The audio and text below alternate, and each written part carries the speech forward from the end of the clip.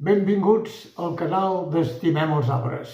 Avui parlarem del garrofer. Origen i ubicació. El garrofer és un arbre originari del Sud-amèrica i a casa nostra molt propi de la zona litoral. La seva zona de confort està entre els 0 i els 600 metres d'altitud. Acostumen a créixer en zones assolellades i amb sòls calcaris i ben drenats. Suporten molt bé les sequeres i les fortes ventades i és molt resistent a les plagues i malalties. A la península Ibèrica es troba entre el Garraf i l'Algarve. Haurem de desplaçar-nos per la serralada prelitoral més propera per observar uns bons garrofers. Característiques. El garrofer és un arbre d'uns 10 metres d'alçada, de creixement lent i pot arribar a viure fins a 200 anys. Té un tronc gruixut i recargolat, amb una escorça esquerdada de color bru i molt irregular, de capçada ampla, amb branques llargues i grosses i més o menys horitzontals que poden brincar-se fins a gairebé tocar terra. Les fulles són verdes i llustroses i no s'assequen a l'hivern. També, juntes amb l'escorça, s'utilitza per adobar pells. Les arrels són extremadament fondes. Aquest és un dels motius d'aguantar grans ventades i resistir les sequeres.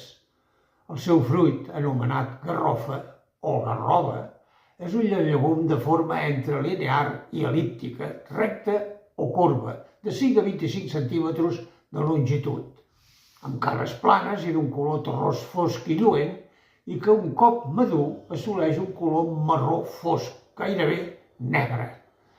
És un dels fruits de la cuina mediterrània ancestral, com pa negre, coca, fins i tot caragols amb salsa de garrofa, tot i que actualment el seu consum és molt reduït als països de nivell de vida alt. Els turcs en feien sorbets barrejant la farina de garrofí amb la regalèssia. Durant la Guerra Civil Espanyola i la postguerra se'n feia un succedani de xocolata de baixa qualitat. A les Balears i alguns llocs més ha estat un aliment tradicional en èpoques de fam.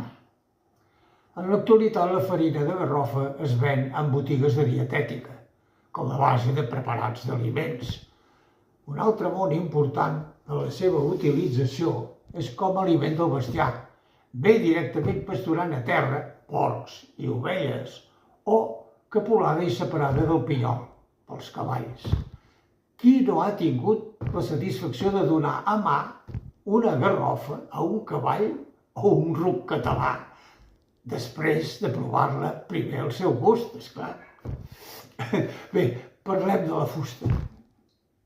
És una fusta molt difícil de treballar, perquè les seves fibres entrellaçades creen molts problemes. Fins i tot, degut a la seva duresa, hi ha problemes a l'hora de clavar un clau. Tot i que aquest inconvenient s'utilitza per fer tarimes, fustes, per a exteriors, com postes i valles, naturalment també com a combustible. Bé, conclusió. En la conclusió avui farem servir algunes curiositats, sí.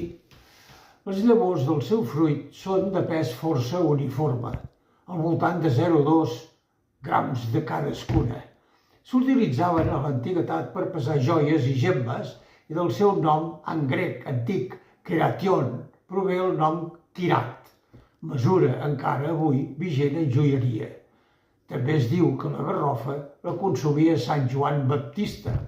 Sembla que va ser l'únic aliment durant la vida en el desert. I d'aquí que en alguns llocs se la conegui com a pa de Sant Joan. I per últim, la frase arxiu popular de guanyar-se les garrofes. És una evidència més que les garrofes havien constituït un producte bàsic en l'economia agrària. Bé, sobretot, estimem els arbres de la mateixa manera que ells ens cuiden a nosaltres. Salut! Al proper arbre parlarem del codonyer.